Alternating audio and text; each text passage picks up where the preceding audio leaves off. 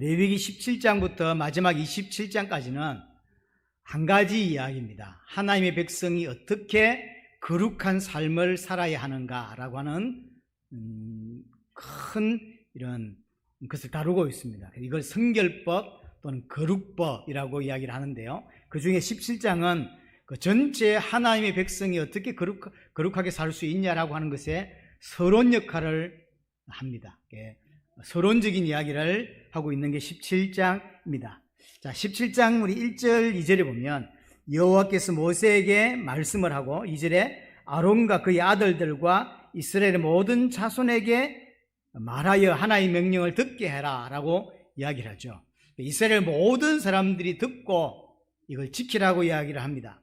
3절부터 7절은 가축에 관한 이야기인데, 가축을 집에서 이게 3절에 보면 소나 양, 염소라고 했죠. 이게 가축입니다. 가축을 잡을 때 그냥 잡고 싶을 때 잡지 말고 그러면 안 되고 반드시 여호와께 하나님께 화목 제물을 드리고 잡아야 된다는 거예요. 3절 보세요. 이스라엘 집의 모든 사람이 소나 어린 양이나 염소를 진영 안에서 잡든지 진영 밖에서 잡든지, 가축인데 이걸 진영 안에 잡든지 진영 밖에 잡든지 아무 상관이 없어. 상관이 없는데 반드시 회막문으로 끌고 와서 하나님께 화목 제물을 드리고 잡아야 된다라고 이야기해요. 이게 가축을 왜 잡는지는 아직 안 나왔습니다. 가축을 잡는데 왜 잡냐 잘 모르겠어요. 목적이 뭐였든 상관없이 반드시 하나님께 화목 제물을 드리고, 정확하게 화목 제물을 드린다는 이야기는 화목 제물을 드리고 제사장 몫을 떼고 그리고 이제 자기들이 먹게 되는 거죠. 그래서 자기 마음대로 오늘 고기 한번 먹어볼까? 그래서 자기 마음대로 잡을 수 있는 환경이라고 해서 자기 마음대로 고기를 잡거나 또 고기를 잡아서 먹거나 그렇게 하면 안 된다는 거죠. 반드시 하나님께 하고 해야 된다. 그렇지 않으면 4절에 뭐라 했냐면 백성 중에서 끊어질 것이다 라고 이야기를 하죠. 근데 5절에 보니까 그런 이스라엘 자손이 들에서 잡던 그들의 재물을 회막문 여호와께를 끌고 가서 제사장에게 주어 화목제를 여호와께 드려야 한다. 그러니까 조금 더 구체적으로 이제 나옵니다. 제물이라고 되어 있어요. 번제물이죠. 번제물을 들에서 잡게 되는 경우가 있다면 그것 또한 반드시 하나님께 화목제물을 드리고 그래서 잡아야 된다라고 해요. 근데 여기서 이제 이상한 게 뭐냐면 들에서 화목제물을 잡는 일이 있는가라는 거예요. 하나님께 5가지 제사를 우리 초반에 배웠는데 그 5가지 제사를 들에서 잡는 케이스가 있나요? 없습니다. 번제물은 반드시 회막에 가져와서 잡지 들에 나가서 잡는 케이스는 없어요. 그래서 내용은 맞는 거거든. 들에서 잡아서 하나님께 화목제를 드리고 그 다음에 6절에 보면 제사장은 그 피를 회막문 여호와 제단에 뿌리고 그 기름은 어쩌죠? 전부 다 불사르죠. 이거 지금 초반에 1장부터 7장에 5가지 제사할 때 계속 반복해 나왔던 겁니다. 제사장이 회막문에 가져와서 제사장이 집례를 하고, 물론 그 잡는 건 다 개인이 합니다. 그 집례를 제사장이 하고, 그 제사장 몫을 주고, 그 다음에 그 안수하여 그 제물에다 안수해서 죄를 증거하고, 그렇게 하잖아요. 우리 앞에서 나왔던, 특별히 레위기 1장에 나왔던 중요한 부분이죠. 반복되고 있는 거예요. 근데 들에서 번제물을 드린다? 이상한 거죠. 결국 7절 읽어보면 들에서 제물로 짐승 잡는 게 뭔지가 나와요. 그게 뭐냐면 결국은 뭐냐면 7절 보세요. 그들은 전에 엄란하게 섬기던 순염소에게 다시 제사하지 말 것이라. 알고 봤더니 이게 뭐 하는 일이냐면 애굽에 살 때 구원받기 전에 순염소에게 제사했다는 거죠. 우상숭배했던 거예요. 우상숭배죠. 그래서 애굽에서부터 해왔던 습관이에요. 애굽에서부터 구원받기 전에 순염소를 섬겼던 거죠. 뭘 생각해 볼 수 있냐면 고대 사회에서 고기를 먹는 것이 쉬운 일인가? 쉽지 않아요. 언제 고대 사회일수록 언제 고기를 먹냐면 그들이 믿는 신에게 제사하고 그날 고기 먹는 날이에요. 우리가 어릴 때만 생각해도 아주 맛있는 반찬, 고기가 나오는 반찬은 할아버지 제삿날, 그 다음 추석 이럴 때 아니면 못 먹어요. 평상시에는 그냥 나물 먹지 고기 못 먹습니다. 근데 언제 먹냐면 아이들이 뭘 기다리냐면 할아버지 제삿날, 그 다음에 추석 이런 거 기다려요. 왜냐하면 그 차례 다 지내고 이렇게 보고 있다가 저도 이제 어릴 때, 지금도 그렇습니다만 저는 그 잡곡밥이나 콩밥보다는 하얀 쌀밥을 좋아합니다. 왜 그러냐면 맨날 어릴 때는 보리밥을 너무 주더라고. 요즘은 건강식이라고 일부러 보리밥 먹으러 다니잖아요. 보리 비빔밥 이렇게 비싸게 받더라고요.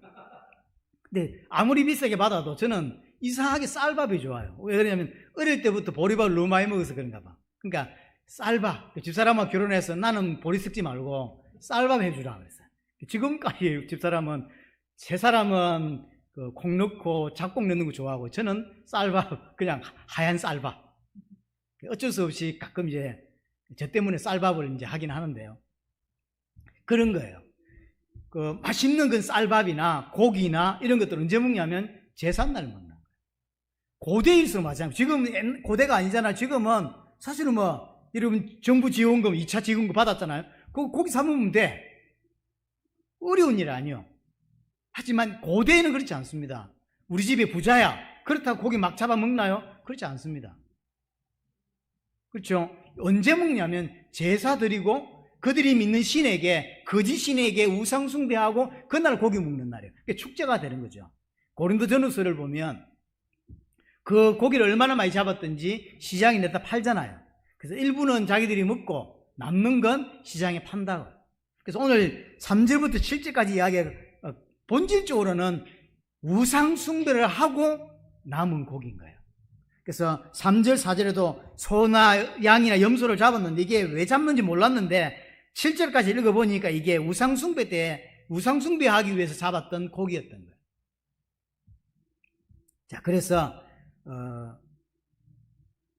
7절 이야기의 핵심은 뭐냐면 결과적으로 3절부터 7절까지 거짓 신에게 제사하지 말라는 거예요. 거짓 신에게 제사하지 말라. 자, 8절 9절 이야기는 만약에 너는 또 그들에게 이르라. 이스라엘 집 사람이나 혹은 그들 중에 거류하는 거류민이 번제나 제물을 드리되, 또 번제나 제물이라고 정확하게 표현해 줍니다. 해망문으로 가져가 여호와께 드리지 아니하면 그는 백성 중에서 끊어지게 될 것이다. 우상 숭배를 한다면 하나님께서 완전히 백성 중에서 끊어버리겠다. 이게 우상 숭배라고 하는 것을 조금 더 선명하게 말을 해주고 있습니다. 그래서 이스라엘에 거하는 모든 사람에게 적용되는 거예요. 반드시 하나님께 예배해야 되고, 혹시 집에서 먹고 싶은 고기를 잡았다 할지라도 잡기 전에 해막에 와서 하나님께 드리고 잡아먹으라는 거예요. 결과적으로는 이게 뭘 하든지 하나님 앞에서 해라. 우리 식구끼리 우린 부자야, 그래서 고기를 좀 잡아먹고 싶어, 하인들이 많아. 그렇다 할지라도 그 고기를 소를 들고 와서 해막문에 와서 하나님께 예배하고 고기 잡아먹으라는 거예요. 이해되죠? 요즘 말로 하면 오늘 가서 식당 가서 삼겹살 구워 먹을 건데 삼겹살 구워 먹기 전에 교회 와서 예배하고 가서 삼겹살 구워 먹으라는 거예요. 어떻게 생각합니까? 나중에 설명하겠는데 모든 삶의 영역에서 하나님을 인정하라는 이야기예요. 예배하고 고기 먹으라는 이야기가 아니에요. 그 말이 아니라 네가 하는 모든 행위, 그게 고기를 잡는 거든 뭐든지 모든 행위를 하나님 앞에서 해라 라는 이야기를 하고 있는 겁니다. 자세한 이야기는 나중에 다시 하겠습니다. 10절부터 14절 이야기는 피를 먹지 말라는 이야기입니다. 자, 10절 보세요. 이스라엘 집 사람이나 그들 중에 거류하는 거류민 중에 무슨 피든지 먹는 자가 있으면 내가 그 피를 먹는 그 사람에게 내 얼굴을 대하여 그들 백성 중에서 끊을 것이다. 그러면서 11절에 육체의 생명은 피다. 피를 먹지 말라. 피는 죄를 속죄하는 것이지 먹는 게 아니다 라고 우리 11절, 12절에 이야기를 합니다. 자, 10절에 다시 보면요, 만약에 피를 먹는 자가 생기면 내 얼굴을 대하여 그들 백성 중에서 끊겠다 그랬죠. 내 얼굴을 대하여 라고 했는데 이 뭔 뜻이냐면 그 얼굴을 대항하겠다. 내 얼굴을 가지고 그 얼굴을 대항하겠다라는 뜻이에요. 하나님께서 피를 먹는 자가 만약 생긴다면, 백성 중에서 나온다면 하나님께 그 사람을 대적하겠다는 뜻이에요. 하나님이 대적하면 어찌 되겠습니까? 하나님이 대적하겠다. 그러니 뭐해라? 절대로 피를 먹는 게 아니다. 피가 그만큼 중요하다라는 이야기입니다. 이 피를 먹지 말아야 되는 이유가 뭐냐면 11절에 생명이기 때문이에요. 피는 곧 생명이에요. 그래서 절대로 먹으면 안 된다라고 이야기하죠. 그럼 피는 생명인데 뭐 하기 위한 거냐? 우리의 죄를 대속하기 위한 거다. 11절에 그렇게 이야기하죠. 이 피를 너희에게 주어 제단에 뿌려 너희의 생명을 위하여 속죄하게 하였나니. 그래서 피는 먹는 게 아니라 제단에 뿌려야 되는 것이고, 뿌려서 너희의 생명을 위하여 속죄하는 것이다. 생명이 피에 있으므로 피가 죄를 속한다. 그래서 절대로 피는 먹으면 안 된다. 피는 생명이다. 여기 이제 죄를 속한다는 부분도 의역입니다. 이제 이해하기 쉽게 번역을 한 거예요. 직역을 하자면 이렇습니다. 피가 내 목숨을 대신한다. 원래 이렇게 뜻이 그래요. 그러니까 피가 내 목숨이에요. 내 목숨일 뿐만 아니라 피가 내 목숨을 대신하는 거예요. 이 피는 결국 뭘 의미하는 거죠? 나중에 예수 그리스도의 십자가의 피를 의미하는 거죠. 그래서 내 목숨 대신 예수 그리스도께서 피 흘리는 걸 의미한다고. 그걸 먹으면 안 된다 이야기하는 거죠. 그래서 아무도 먹지 마라. 만약에 13절에 보면, 만약에 야생동물을 산에 가서 사냥했을 때 야생동물을 잡게 되는데 그때 피가 흘리겠죠. 그때라도 먹으면 안 된다. 옛날에는 이런 게 유행이 했는가 봐요. 저도 지금 기억에 어릴 때 집에 아버지랑 동네 사람들이 몇십 명 와가지고 소 잡는 걸 본 적이 있거든요. 소 잡는 게 쉬운 일이 아니에요. 제가 번제 이야기할 땐가 이야기를 한번 드렸죠. 소를 가지고 하나님께 번제 드리는 게 굉장히 어려운 거예요. 왜냐하면 소 잡는 걸 제가 집에서 봤는데, 우리 아버지랑 동네 분들이 몇십 명 와가지고 소를 잡고 완마를 들고 와서 머리를 깨더라고요. 그 소가 안 죽으려고 난리를 치잖아요. 거의 안 죽어줘요. 어렵더라. 그러고 이제 애가 픽 쓰러지니까 칼 가져와서 목을 찌르고 피를 받아가지고 마시더라고. 그 피를 막지 말란 말입니까? 그렇진 않아요. 그 말이 아니라, 산에 가서 동물을 잡는데 사냥을 하잖아요. 그때 동물이 화살에 맞아서 피를 흘릴 건데, 그때 피를 흘린 거 마시면 안 된다는 거예요. 아마 그 당시 풍습이었던 것 같습니다. 그냥 많이 그렇게 먹었던 것 같아요. 그러니까 애굽에서 구원받아 나와가지고 이게 이제 왜 피를 먹지 말라고 하지? 이 생각이 들었을 것 같아요. 피는 당연히 먹어야 되는 건데 왜 피 먹지 말라고 하지? 이 생각이 든 거예요. 피 먹지 말고 반드시 산에 가서 야생 동물을 잡았을 때도 피는 먹지 말고 피를 흙으로 덮으라 라고 이야기를 하죠. 그래서 근데 야생 동물은 제물로 사용하지 않습니다. 야생 동물은 이제 단 비둘기는 제물로 사용할 때가 있어요. 하지만 그 나머지 사슴을 잡았다든지 뭘 잡았을 때 그걸 제물로 사용하냐? 안 합니다. 제물로 사용하지도 않는데 피 먹지 말라는 거예요. 이게 어떤 피든, 가축의 피든 짐승의 피든 산에서 잡았던 사슴의 피든 뭔 피든 이것은 죄를 생각하게 하는 것이고 하나님이 우리에게 가르치고자 하는 게 있는 것이지 그걸 먹으면 안 된다라고 이야기를 하는 것입니다. 절대로 먹지 마라. 15절부터 16절의 이야기는 스스로 죽은 짐승이나 들짐승에 찢겨 죽은 짐승이 있는 거예요. 이걸 먹지 마라. 부정하다. 만약 먹었으면 옷을 빨고 몸을 씻고 저녁까지 기다려야 된다. 그러면 회복이 된다. 그런 이야기입니다. 이게 전체적으로 크게는 세 가지, 좀 축소하면 크게는 두 가지 이야기라고 볼 수가 있습니다. 자, 오늘 레위기 17장을 가지고 하나님의 백성이 어떻게 살아야 하는지를 설명하고 있는 것입니다. 이게 서론적인 이야기라는 걸 마음에 먼저 두시면 좋겠고요. 자, 첫 번째, 하나님의 백성의 거룩. 자, 17장부터 27장은 결국 한 단어입니다. 거룩입니다. 하나님의 백성은 거룩해야 된다는 거예요.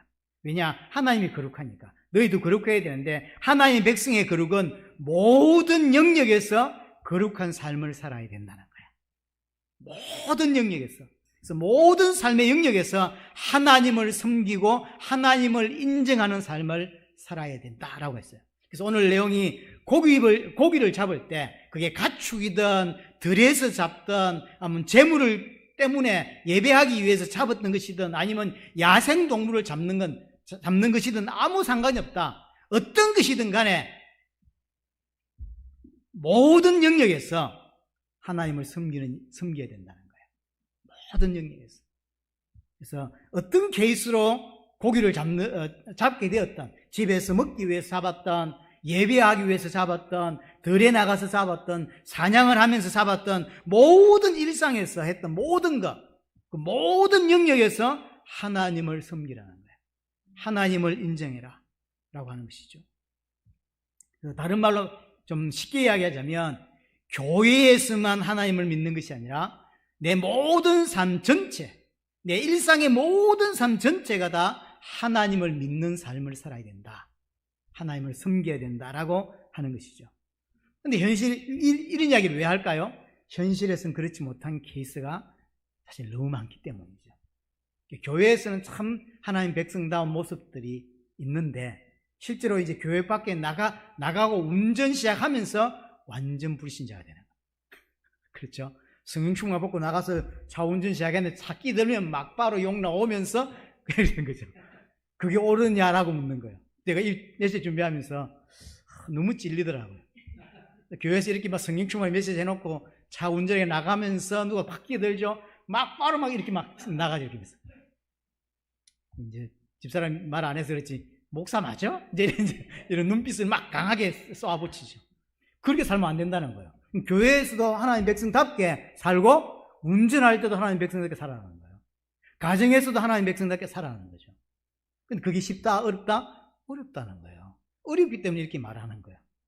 우리가 먼저 인식해야 돼요. 이게 교회에서 집사로 사는 거 참 이게 멋있다고, 이렇게 괜찮다고. 근데 가정으로 돌아가고 직장으로 돌아가고 사회생활로 돌아가면 이상하게 불신자 같다는 거예요. 이게 대부분의 사람들의 기독교인의 모습이다. 그래서 이제 어떤 말까지 나오냐면 썬데이 크리스찬이라는 표현까지 나오는 거죠. 이게 일요일만 기독교인이에요. 정확히 말하면 일요일만 기독교인이 아니라 예배당 안에서만 기독교인이라 나가면 운전대 담는 순간부터 불신자처럼 사는 거죠. 사고 자체, 이게 행동을 또는 욕을 좀 했다는 게 문제가 아니라 사고 자체가 바뀌어요. 교회 문을 탁 들어올 때는요, 기독교 사고를 집어넣고 교회 밖을 나가면서 이게 DNA가 확 바뀌는가 봐. 싹 바뀌어가지고 불신자 사고로 탁 바뀌어요. 그래서 모든 사고와 생각과 이런 가치관이 불신자로 확 바뀌어서 나가는 거죠. 그때부터 금염려하고 불평하고 욕하고 막, 그리고 이제 다음 주일을 전문 열고 들어올 때는 또 DNA가 탁 바뀌어가지고요.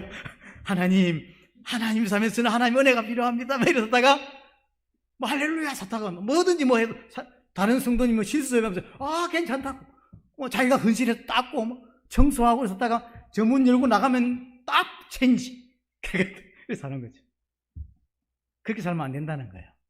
오늘 말씀의 메시지의 첫 번째 핵심은 이 부분이에요.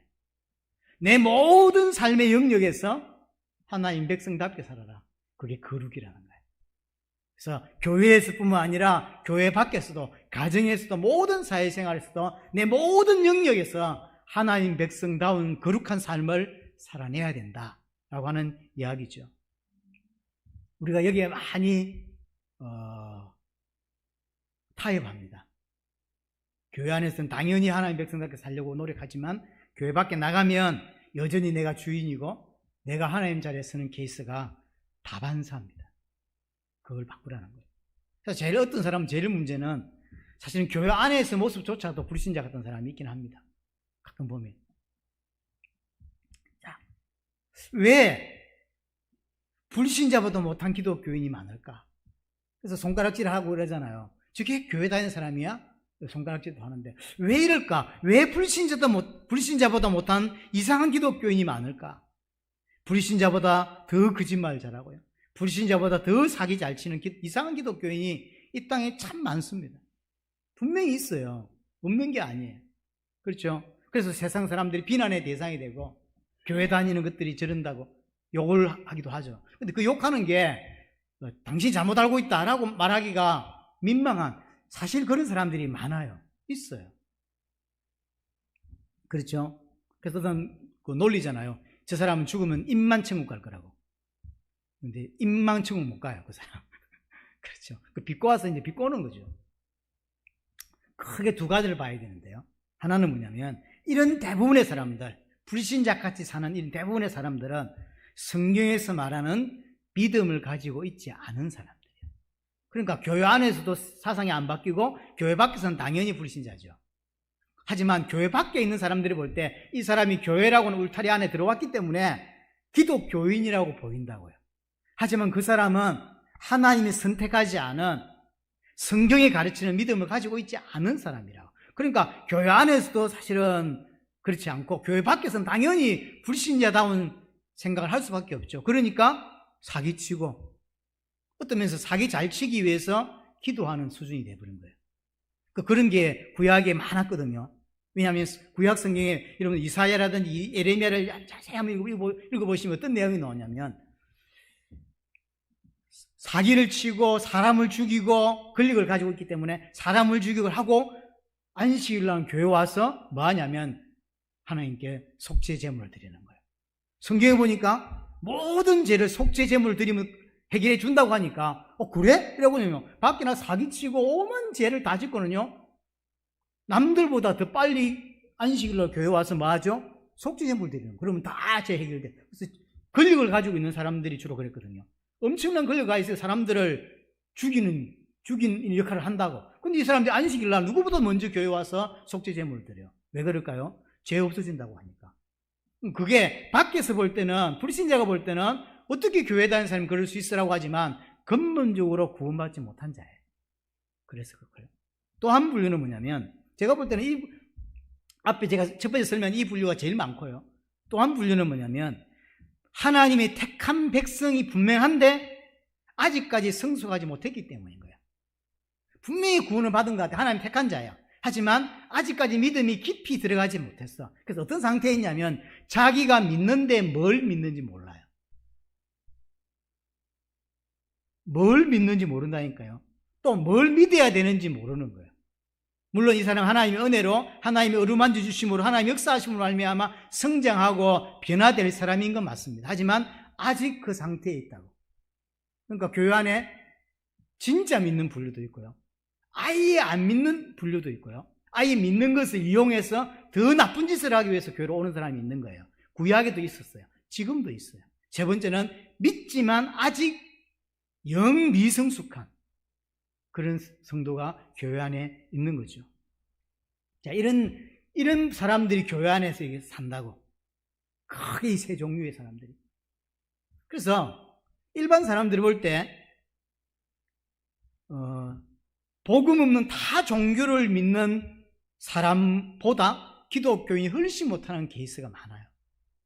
그럼 뒤집어서 왜 이런 교회 다니는 이상한 사람들이 많은데 이런 사람들보다 복음 없는 타 종교의 사람들이 훨씬 더 선하고 훨씬 더 정직하고 깨끗하게 살까?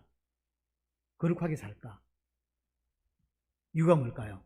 그들은 타 종교는 구원을 얻기 위해서 선을 행하고 구원을 얻기 위해서 똑바로 살고 노력하는 거예요. 뭐 때문이죠? 구원을 얻기 위해서요. 그래서 구원을 얻기 위해서 많은 사랑을 실천하고 헌신하고 구제하고 기도하고 선교하고 이랍니다. 이런 모든 게 다 구원의 조건이에요. 구원을 못 받았죠. 구원을 못 받았기 때문에 뭘 해야 되냐면 자기 행위를 통해서 자기 의를 가지고 기도라든지 선행이라든지 구제라든지 이런 거룩한 깨끗한 이런 행동을 통하여 구원을 받으려고 하는 거예요. 구원을 받아야 되기 때문에 함부로 욕하고 함부로 그렇게 안 하죠. 구원의 조건이라고. 여러분들 여호와 증인 이런 여호증인을 제가 다 안 만나봤지만 여호와 증인 같은 이런 종교인들이 기독교인보다 훨씬 선하다고. 왜 그렇죠? 구원의 조건이기 때문에. 구원의 조건. 그걸 그렇게 해야만 구원받는다고 믿기 때문에 내 의의를 가지고 구원을 받으려고 노력하는 중에 있다. 그래서 기독교인보다 훨씬 선하고 착한 사람들이 많아요. 근데 교회는 은혜로 구원을 받죠. 그 은혜로 구원을 받아. 그러니까 이게 다른 거예요. 제가 해외 중남미를 갔어요. 그 양복을 깨끗하게 검은 양복을 입고 남자 둘이서 이름표를 달고 다니는 사람들이 많더라고. 몰몬교죠. 몰몬교는 반드시 해외 선교를 나가야 됩니다. 그게 구원의 조건이에요. 그렇게 하면 구원 못 받습니다. 그래서 진짜 선교를 하고 온 게 아니라 구원의 조건 중에 하나가 그거예요.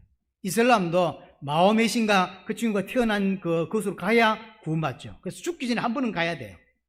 얼마 전에 보세요. 그 인도인가 어디에서 보세요. 그 몇백 명이 압사돼 죽었잖아요. 근데 그날 그 시간대가 자기들이 평생에 한 번 올 수 있는 시간이었는갑죠. 그래서 왔는데 너무 많이 엄청 더웠고 압사된 거예요. 그래서 몇백 명이 죽었거든요. 그래도 그들은 그렇게 와야 돼요. 왜냐하면 그게 구원의 조건이라고. 왜 일반 타 종교의 사람들이 기독교인보다 훨씬 더 선하고 거룩하게 사는 것처럼 보이냐라고 할 때 이것 때문이에요. 구원의 조건이에요. 근데 성경은 반대로 내 의로 내가 헌금을 하고 구제를 하고 선교를 나간다고 해서 구원받는 것이 아니다. 하나님의 은혜로 하나님이 택하셔서 하나님의 은혜 주셔서 또 믿는 것 또한 내가 노력해서 믿는 게 아니라 하나님의 은혜 주셔야만 믿을 수 있다라고 하는 거죠. 근데 이것이 맞는 거잖아요. 근데 이것이 삶에 그대로 표출된다고요.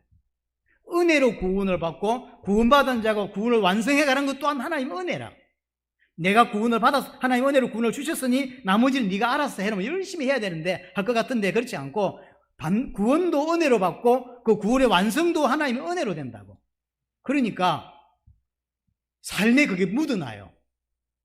그러니까 열심히 한다 안 한다? 열심히 안 해요. 왜냐하면 은혜로 구원받는 건데 뭐 열심히 한다고 돼? 이게 그렇게 교회에서 가르치지는 않지만 은연히 이렇게 들어와 있어요.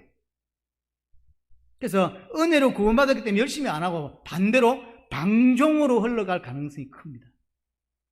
구원받았는데 뭐 내가 이런 거 좀 한다고 구원이 취소돼? 이렇게 생각한다고. 나쁜 짓을 하면서도요 죄책감을 안 느끼고 나쁜 건 맞는데 그렇다고 내면 구원이 취소돼야지 뭐 이런 생각이 머릿속에 있어요. 그러니까 방종으로 흘러간다고. 이게 뭐가 차이 나는 거냐면 구원을 받기 위해서 선을 행하는 사람과 구원을 받았기 때문에 선을 행하는 사람의 시급함과 절박함, 간절함이 차이가 나요. 우리에게는 선을 행하고 하나님 백성께 거룩하게 살아야 된다고 하는 시급함이나 간절함이나 절박함이 있냐? 많이 낮아요. 하지만 타 종교는 그걸 통해 구원을 받았기 때문에 시급한 일이고 절박한 일이고 만약 구원 못 받으면 큰일 나죠. 그러니까 최선을 다해 선을 행하고 그래서 사실은 기분이 나쁘지만 선을 행하고 착한 일을 하고 다 뒤에 붙이 다니면서 다 내 탓입니다 이렇게 하면서 사는 거예요. 차이가 나겠어요 안 나겠어요? 난다니까 이게. 그래서 액면 그대로만 보자면 기독교인보다 일반 종교인들이 훨씬 더 선하고 훨씬 더 나은 것처럼 보이는 것입니다. 하지만 성도 중에 구원받기 위해서 노력하는 사람보다 더 훨씬 열심히 하고 더 거룩한 삶을 사는 사람들도 반드시 있죠. 분명히 있습니다. 예를 들어서 바울 같은 사람 보세요. 구원받았기 때문에 나태해지고 하나님의 은혜로 구원받았기 때문에 그냥 대충 적당히 그렇게 살았나요? 그렇지 않죠. 완전 우리가 생각할 때는 구원받지 않은 사람보다 훨씬 더 열심히 살고 더 선하게 살고 더 하나님 향해 인생을 걸었다고. 그래서 순교까지 결국 하거든요. 왜 그럴 수 있을까요? 차이가 뭘까요? 하나님의 은혜와 사랑을 아냐 모르냐 차이.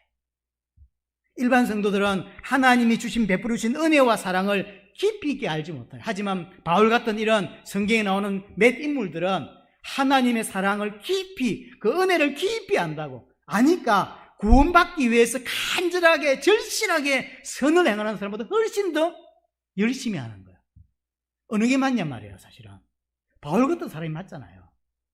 진짜 기독교인의 삶은 바울 같은 삶이 더 맞는 거죠.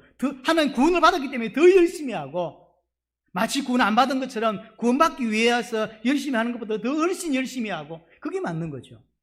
하지만 대부분의 기독교인은 그렇게 하지 않죠. 왜냐? 절박함이나 시급함이나 간절함이 내게 없기 때문에. 구원받았는데 뭐 구원이 취소가 돼 어째 뭐 그런 거죠. 그래서 하나님의 은혜와 사랑을 정말 알면 감사하고 감격하면서 열심히 살 수밖에 없는 거예요. 최선을 다해서 살 수밖에 없죠. 바울처럼. 하지만 대부분의 사람들은 거꾸로 돌아가요. 뭐 누린다는 이름으로 하나님 앞에서 누린다 그러고 그냥 은혜로 살죠. 진짜로. 열심히 안 하고 은혜로 살고. 하지만 바울 같은 이런 삶이 사실은 더 성경적인 삶이고 더 올바른 삶인 것이죠. 바울은 당시에 최고의 지식을 갖췄던 사람이고 지성인이었고 청년이었습니다. 하지만 그 모든 걸 뭐였죠? 배설물로 여긴다 그랬죠. 아무것도 아니다. 아무것도 아니다. 그래서 복음을 위해서 숱한 고생과 박해를 받았죠. 그러면서 뭐죠? 나는 한 것이 하나도 없다. 난 한 것이 하나도 없대요. 얼마나 많이 했는데, 얼마나 많이 두드려 맞고 복음 때문에 얼마나 많은 핍박을 받았는데 자기는 한 것이 하나도 없대요. 다 은혜로 된 거래요. 나의 나 된 것은 은혜야. 그게 바울이죠. 그러면서 그 고린도 9장 같은 데 보세요. 복음을 위해서 결혼까지도 안 했다고 이야기하거든요. 결혼을 안 했는지 아니면 했는데 그냥 혼자 사는 건지 알 수 없는데 고린도서 9장에 보면요. 다른 사도같이 특별히 게바처럼 나도 아내를 데리고 다닐 근세가 없겠냐? 내가 결혼할 줄 몰라가지고 내가 고사라서 결혼 안 한 줄 아냐? 라고 이야기하는 거예요. 아니 포도밭을 만들어 놓고 포도를 따먹지 않는 농부가 어디 있겠냐? 그렇게 이야기하잖아요. 나도 배운 게 많고 율법 잘 지켰고 나도 돈 있고 바울은 돈 있는 집안입니다. 원래 로마 시민권 갖고 있는 사람이고 그러니까 나도 게바처럼 다른 사도처럼 결혼해서 자식 놓으면서 그러면서 얼마든지 하나님 일할 수 있다. 근데 왜 안 하는 줄 아냐? 복음 때문이라는 거예요. 그런 것보다 복음이 더 깊이 다가오는 거예요. 그러니까 결혼하는 게 나쁘다는 이야기는 안 해야 되는 그런 개념이 아니라 자기는 우선순위가 결혼보다 자식을 키우는 것보다 복음 이것이 더 깊이 들어와 버렸다는 거예요. 그래서 난 그렇게 산다는 거예요. 그게 바울이었어요. 어떻게 바울을 그렇게 움직일 수 있냐? 바울을 움직이는 게 뭐냐? 그게 하나님 은혜와 사랑인 거예요. 대부분의 사람들은 타협하고 그렇죠. 육신적 연약함을 자꾸 핑계 삼아서 육신이 연약해서 그러면서 자꾸 핑계 삼으면서 타협하죠. 자, 첫 번째 우리 마음에 담아야 될 거 모든 삶의 영역에서 거룩한 삶을 살아야 된다. 거룩한 삶. 모든 삶의 영역에서 하나님을 인정하고 하나님을 섬겨야 된다. 두 번째입니다. 같은 분류로 갈 수 있는데요. 오직 하나님만 섬기라 라고 한 거죠. 지금까지 이스라엘은 애굽에서 순념서 섬기면서 송아지 섬기며 살았습니다. 하지만 이제 구원받았습니다. 구별된 백성이 분명합니다. 그러니 다른 신 섬기지 말고 정확히 말하면 다른 신이 없습니다. 그죠? 거짓 신이죠. 사람이 만든 신입니다. 여호와만 하나님이십니다. 여호와만 신이란 말이에요. 그래서 여호와 하나님만 섬겨라. 여호와 하나님께만 예배해라. 그래서 7절에 순념소에 예배하지 마라 라고 이야기를 하는 것입니다. 마태복음 6장 24절에 한 사람이 두 주인을 섬기지 못한다라고 했죠. 분명히 우리는 두 주인을 섬기려고 그래요. 하나님도 섬기고 재물도 섬기고. 근데 분명히 두 주인을 섬길 수 없다 그랬어요. 종이 어떻게 두 주인을 섬길 수 있겠냐? 그 두 주인이 누군데 하나님과 재물을 겸하여 섬길 수 없다. 이 재물이라고 표현된 이 단어가 만몬이 뭐죠? 재물의 신. 그래서 하나님과 경제를 붙잡고 있는 신, 이 둘을 같이 섬길 수 없다. 둘 다 신이라는 거예요. 물론 이 재물, 이 만몬은 가짜 신이죠. 사람은 반드시 하나만 섬길 수 있다는 거죠. 근데 대부분의 사람들은 둘 다 섬기려고 해요. 하나님도 섬기고 재물도 섬기고. 물론 불신자는 하나님 안 섬기고 재물만 신으로 섬기고 있는 거죠. 하나님을 섬기는 이유가 사실은 물질인 경우도 많이 있는 것이고요. 하나님께 복을 받은 증거를 육신적 풍요로 이야기하는 목회자들도 많이 있습니다. 다 잘못된 겁니다. 그렇지 않습니다. 하나님께 복을 받은 증거가 육신적 풍요가 아니에요. 육신적 풍요를 줄만 하니까 그냥 준 거지, 그게 하나님께 복을 받은 증거가 아닙니다. 하나님의 축복을 주셔야 부자 되고 치유되고 부흥된다고 강조하는 분들이 있습니다. 그렇지 않습니다. 하나님의 축복하고 아무 관계가 없습니다.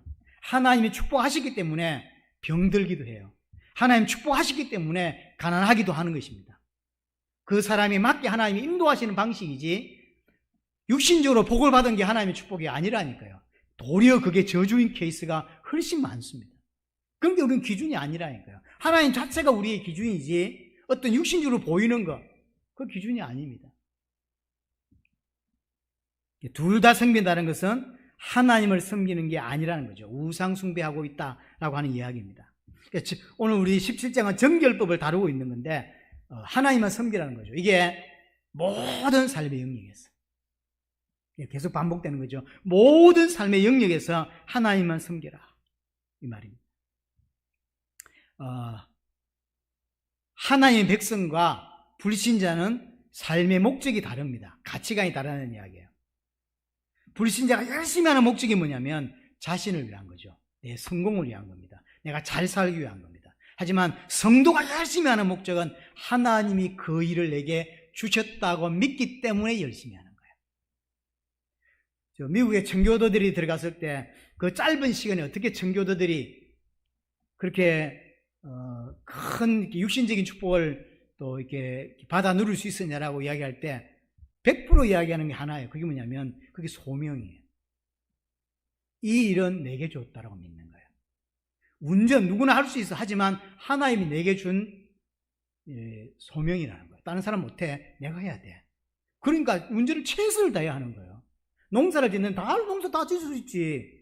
가지 다 키울 수 있어요. 하지만 어떤 마음으로 인생을 살아가냐면 하나님이 내게 이 땅에서 영적으로는 성장해 가면서 이 땅에서 육신적으로는 가지 키우는 삶을 주셨다는 거예요.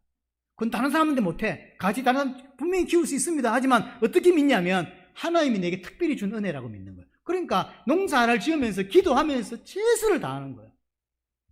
보통 사람들은 그렇게 하지 않죠. 보통 사람들은 이 직업을 하다가 에이 들어봐라, 때려치우고 또 이렇게 한다고.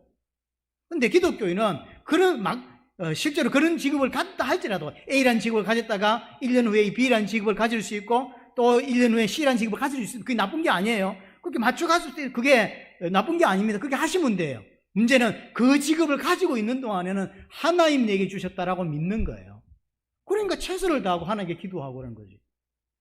그게 다른 겁니다. 만약에 운동선수가 있는데 불신자 운동선수는 스타 플레이어가 되기 위해서 진짜 축구라고 이야기하면 손흥민처럼 되기 위해서 운동선수가 하는 거예요.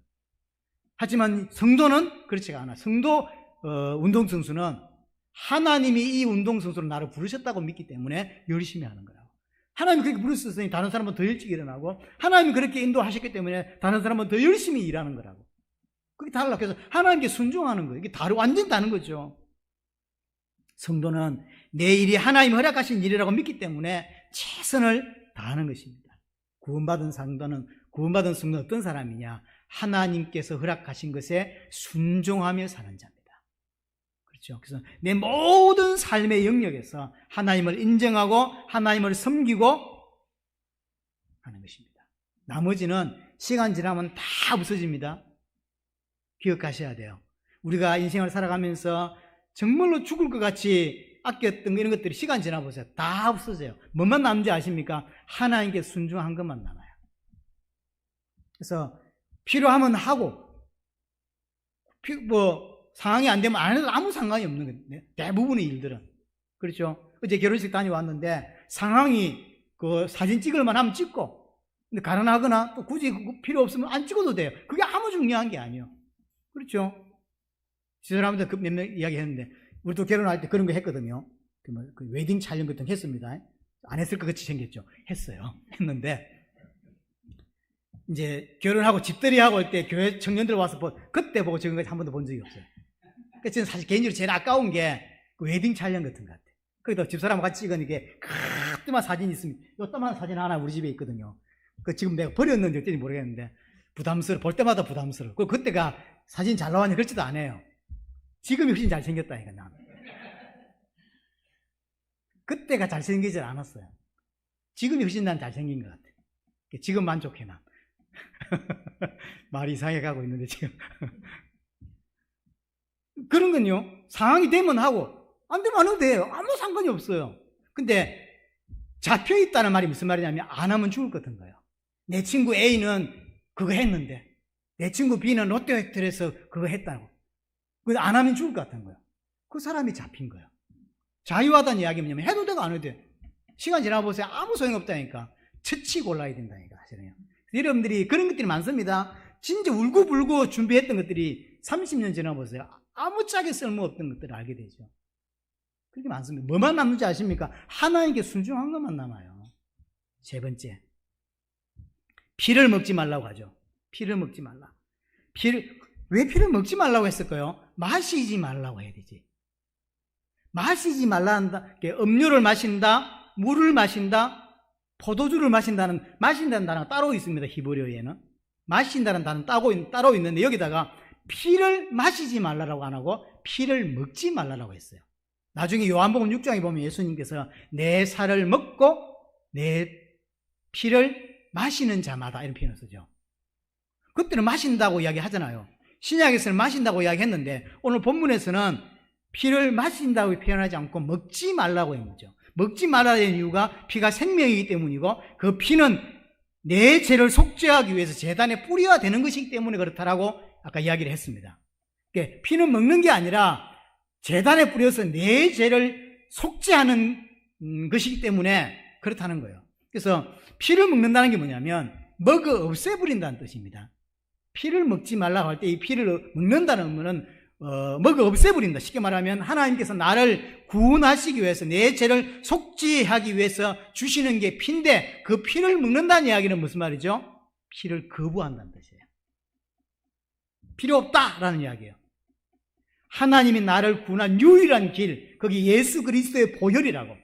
내가 피를 먹는다는 이야기는 예수 그리스도의 십자가를 거부하는 거예요. 십자가를 거절하는 것이고 십자가를 소멸시키는 것, 그걸 피를 먹는다라는 거죠. 그래서 피 흘리는 모든 사건에서 피를 먹지 말라고 이야기한 거예요. 집에서 가축을 잡던, 들에서 가축을 잡던, 산에서 사냥을 했던, 아니면 재물을 하나님께 예배하기 위해서 이렇게 동물을 잡았던, 상관없이 모든 삶의 영역에서 예수 그리스도의 십자가의 대속을 기억하라. 그게 피 먹지 말라는 거예요. 그래서 그냥 예배할 때만 피를 먹지 말라 이러면 이해되는데 그게 아니라 모든 영역입니다.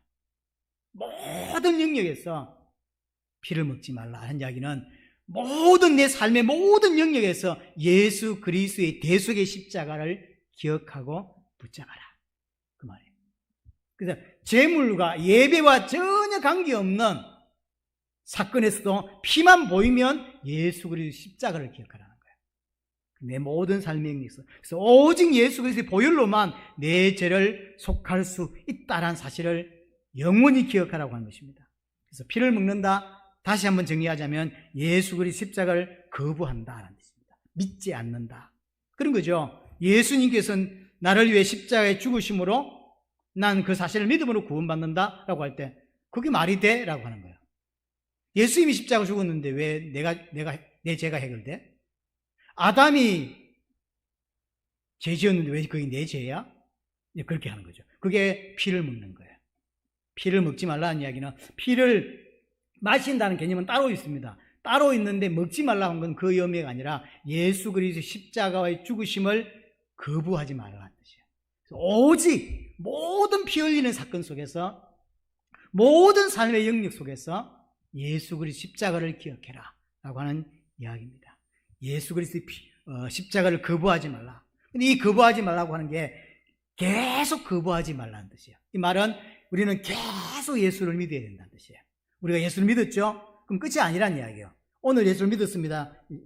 영접했다고 칩시다. 오늘 구원받았으면 계속 믿어가야 된다는 거예요. 그 말이지 오늘 예수 믿으니까 끝! 그게 아니란 말이에요. 계속 예수 그리스도 십자가를 붙잡아라. 그래서 계속 제단에 피를 뿌리는 거예요. 계속 예수 그리스도를 붙잡아라. 지속적인 성령의 충만, 지속적인 하나님의 은혜가 우리에게 필요하다라고 이야기를 하는 것입니다. 그래서 오늘 레위 17장을 통해서 세 가지 이야기를 이렇게 말씀을 드렸습니다. 모든 삶의 영역에서 거룩이 나타나야 된다. 그리고 오직 하나님만, 여호와 하나님만 하나님으로 섬겨야 된다. 세 번째, 피를 먹지 마라. 다시 말해서 예수 그리스도의 십자가를 붙잡아라. 예수 그리스도를 거부하지 마라. 예수 그리스도 믿는 것을 계속 믿어야 된다라는 이야기를 하고 있는 것입니다. 이 은혜가 여러분에게 있게 되기를 바랍니다.